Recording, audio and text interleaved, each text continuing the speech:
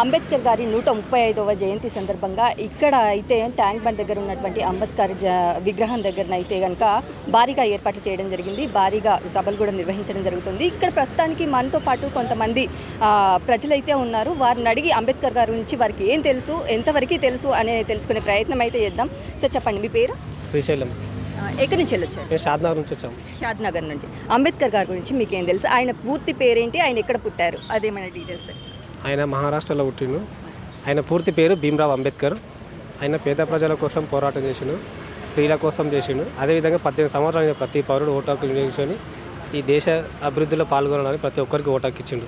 ముఖ్యంగా ఈరోజు బాబాసాహెబ్ అంబేద్కర్ గారి జయంతి సందర్భంగా రాష్ట్ర ప్రజలందరికీ శుభాకాంక్షలు తెలియజేస్తూ ముఖ్యంగా టీఎస్ న్యూస్ ఛానల్ ద్వారా సంతోషంగా ఉంది ఈ శుభాకాంక్షలు చెప్పడం.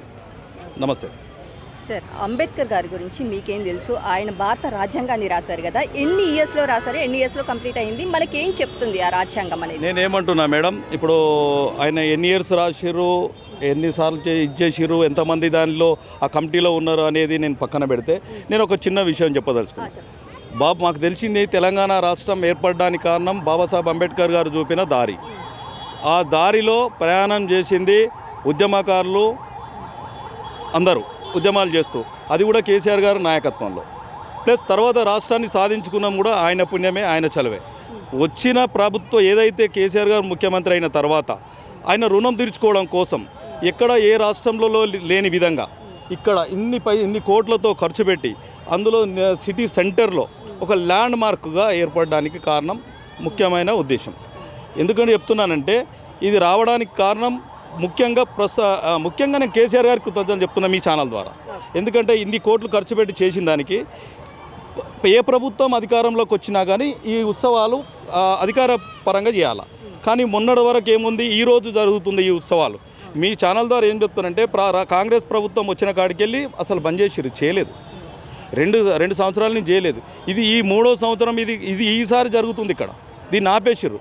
దీనికి ఒకటే ఒక కారణం, రేవంత్ రెడ్డి ఏదైతే చెడు బుద్ధి ప్రకారం కేసీఆర్ ఏదైతే నిర్మించిండో దాని ప్రకారం నేను చేయను అనేది. ఇది ఆయన కోసం నిర్మించింది కాదు, ఒక పార్టీకి కాదు. బాబాసాహెబ్ అంబేద్కర్ గారు ఒక పార్టీకి సంబంధించిన కాదు, ఒక మతానికి సంబంధించిన, కులానికి సంబంధించిన నాయకుడు కాదు. నేను అదే చెప్తా ఉన్నా. ఇప్పుడైనా ఇంకా కొంచెం మార్పు వచ్చింది ఆయనకు. ఈరోజు ఈ సంవత్సరం అందరూ గట్టిగా వార్నింగ్ చేయడము, అందరికి వ్యతిరేకత రావడం వల్ల ఈరోజు ఉత్సవాలు చేస్తున్నారు. ఆయన వచ్చిన ప్రభుత్వం 2 సంవత్సరాల నుంచి కూడా చేస్తే బాగుండేది. అది మీ ఛానల్ ద్వారా చెప్తున్నా. రాబోయే రోజుల్లో కూడా ఏ ప్రభుత్వం వచ్చినప్పుడు కూడా అధికారికంగా ఉత్సవాలు నిర్వహించాలనేది మా కోరిక. భారత రాజ్యాంగం మనకేం చెప్తుంది, మనం ఏం చూసి నేర్చుకోవాలి అందులో నుండి? భారత రాజ్యాంగం ఏం చెప్తుందంటే అసమానతలు దూరంగా ఉండమని చెప్తుంది. స్త్రీలకు విద్యా హక్కు తీసుకొచ్చింది. అలాగే భారత రాజ్యాంగం వాక్ స్వాతంత్రం ఇచ్చింది. భారత రాజ్యాంగంలో మత స్వేచ్ఛ కూడా ఇచ్చింది. ఈరోజు జరుగుతున్న విషయం ఏంటంటే, ఒకరోజు బాబాసాహెబ్ అంబేద్కర్ గారు అతను చదువుకున్న కాలంలో అసమానతలకు గురయ్యాడు, అవమానాలకు గురయ్యారు. గుడికి దూరాన ఉన్నాడు, బడికి దూరంగా ఉన్నాడు. సో డాక్టర్ బాబాసాహెబ్ అంబేద్కర్ గారు, నేను చదువుకోవడం వల్ల ఈరోజు నా సమయం మెలుకుంటుంది, ఈరోజు దేశంలో ఉన్న అస్పృశ్యులు అంటే వెనుకబాటు ఉన్న వ్యక్తులు, నిరక్షరాస్తులు బాగుపడుతున్న ఉద్దేశంతో అతను చదువుకోవడం స్టార్ట్ చేశాడు. ఆ తర్వాత కొలంబియా యూనివర్సిటీకి వెళ్ళాడు. కొలంబియా యూనివర్సిటీకి వెళ్ళిన తర్వాత అక్కడ జాన్వి అనే ప్రొఫెసర్ మిస్టర్ అంబేద్కర్ మీరు ఎక్కడి నుండి వచ్చారని అడిగారు. అంటే సార్ మేము వచ్చింది భారతదేశం నుండి వచ్చారు. మీ దగ్గర వర్ణ వ్యవస్థ ఉంటుంది కదా, ఏ వర్ణం అని అడిగారు. దీనికన్నా ముందు దీని తర్వాత గుర్రం జాషువా గారు ఒక మాట చెప్పారు. ముసలి వాడైన బ్రహ్మకు 4 కుమారులు పుట్టారట విన్నాము కానీ పసరము కంటే ఈనుడు పంచముడు 5వ వర్ణస్థుడు ఎవరమ్మా సావిత్రి అనేది గుర్రం జాషువా గారు రాశారు. అప్పుడు కూడా తనకు కూడా అదే ప్రశ్న లేవనెత్తింది. అరే 4 వర్ణాలు ఉన్నాయి కదా, మా వర్ణం లేనేలేదు కదా, మేము ఎట్లా అస్పృశ్యులు అయినాము అనే విధంగా బాబాసాహెబ్ అంబేద్కర్ గారు కొలంబియా యూనివర్సిటీలో థీసెస్ రాశారు. థీసెస్ రాసిన తర్వాతకి తనకు డాక్టరేట్ పదవి ఇచ్చారు, పట్టా ఇచ్చారు. ఆ తర్వాతకి బరోడా ఆశ్రమం నుండి స్కాలర్షిప్ పొందిన బాబాసాహెబ్ అంబేద్కర్ గారు బరోడా ఆశ్రమంకి వచ్చిన తర్వాతకి అక్కడ ఉన్న ఫైళ్లను IAF = IAS అక్కడ ఉన్న పదవులు కింది స్థాయిలో ఉన్న ఆధిపత్య వర్గాలు తన చేతికి ఫైల్ ఏమని అడిగితే బాబాసాహెబ్ అంబేద్కర్ గారి చేతికి ఇవ్వకుండా వెళ్ళారు. ఎందుకు ఇవ్వట్లేదు అంటే, మిస్టర్ అంబేద్కర్ ఈరోజు నువ్వు కూడా అత్యున్నత పదవిలో ఉండొచ్చు, కానీ నువ్వు కులానికి కూటికి పేదోనైనా కానీ కులానికి నా స్థాయి అక్కడనే ఉంటుంది, నువ్వు అస్పృశ్యవి, నువ్వు ఎక్కడ ఉండాలో నువ్వు అక్కడే ఉంటావని చెప్పారు. ఆ నుండి బాబాసాహెబ్ అంబేద్కర్ గారు రూమ్ రెంట్ గురించి కూడా వెళ్ళారు. అక్కడికి వెళ్ళిన తర్వాతకి అక్కడ ఉన్న పరిస్థితులను బట్టి తనకు రూమ్ ఇవ్వలేదు. సో అప్పుడున్న తప్పని పరిస్థితుల్లో తను నేను వేరే ఉన్నామని చెప్పుకోవడం జరిగింది. ఆ తర్వాతకి వర్ణం ఏందనేది అక్కడ బ్రాహ్మణ కిరాయికి ఇచ్చిన బ్రాహ్మణ అధిపతి తెలిసింది. ఆ తర్వాత తన సమాన్ని తీసుకెళ్ళి బయటికి వెళ్ళిన తర్వాతకి బాబాసాహెబ్ అంబేద్కర్ గారు ఈ విషయం ఎవరు తెలియదు, తెలుసుకోవాలి. బాబాసాహెబ్ అంబేద్కర్ గారిని తోసేశారు. బాబాసాహెబ్ అంబేద్కర్ గారి చెయ్యి ఇరిగింది. ఆ తర్వాత బాబాసాహెబ్ అంబేద్కర్ గారు వచ్చి ఒక చెట్టు మీద కూర్చొని నేను ఇంత చదువుకున్నా కూడా ఈరోజు వివక్ష అనేది వెంటాడుతుంది కాబట్టి నేను ఏం చేయాలనే విషయంలో ఆలోచించాడు. అప్పుడు మనధర్మ శాస్త్రాన్ని చదువుకోవడం స్టార్ట్ చేశాడు. మనధర్మ శాస్త్రం రావాలంటే మనకు సంస్కృతం రావాలి కదా, సంస్కృతం నేర్పుకోలేదు కదా. చదువుకుంటా అంటే ఇది నాలుకలు పోయడము, చెవులో సీసాలు పోయడం ఈ రకం జరిగింది కదా.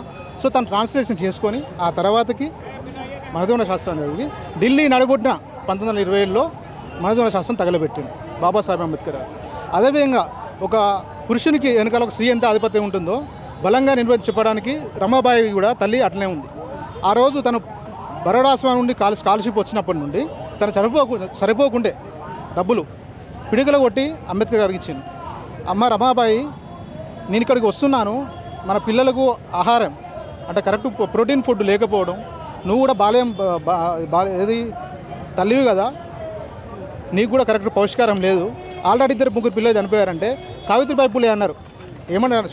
రమాబాయి తల్లి ఏమన్నారంటే, అయ్యా మన పిల్లలు పోయినా కానీ ఈరోజు దేశంలో లక్షలాది మంది అస్పృశ్యులు మన వాళ్ళు ఉన్నారు, మన బిడ్డలాగా చూసుకుందన్న విషయంలో మాట్లాడాను. ఆ తర్వాత భారత రాజ్యాంగాన్ని దానికి అవకాశం ఇవ్వలేదు, తను ఓడగొట్టారు, మహారాష్ట్ర ఓడగొట్టారు. తర్వాత పరిస్థితి వేరే కారణంగా బెంగాల్ నుండి పోటీసింది వచ్చారు. ఆయనకు భారత రాజ్యాంగం రావడానికి డైరెక్ట్ ఇవ్వలేదు. అప్పుడు నా గవర్నమెంట్ కాంగ్రెస్ గవర్నమెంట్ అని కూడా అప్పుడు వెంటాడింది. కానీ బాబాసాహెబ్ అంబేద్కర్ గారు భారత రాజ్యాంగం ద్వారా ప్రతి ఒక్కరికి సమాన హక్కులు ఇచ్చారు. అగ్రవర్ణంలో ఉన్న ఈరోజు ఈడబ్ల్యూఎస్ ఎకనామిక్ వీకెస్ట్ సెక్షన్ కింద అగ్రవర్ణాలలో స్త్రీలైనా కూడా ఆ వర్గం సంబంధించిన వాళ్ళు ఎవరైనా కూడా తీసుకుంటున్నారంటే బికాజ్ డాక్టర్ బాబాసాహెబ్ అంబేద్కర్.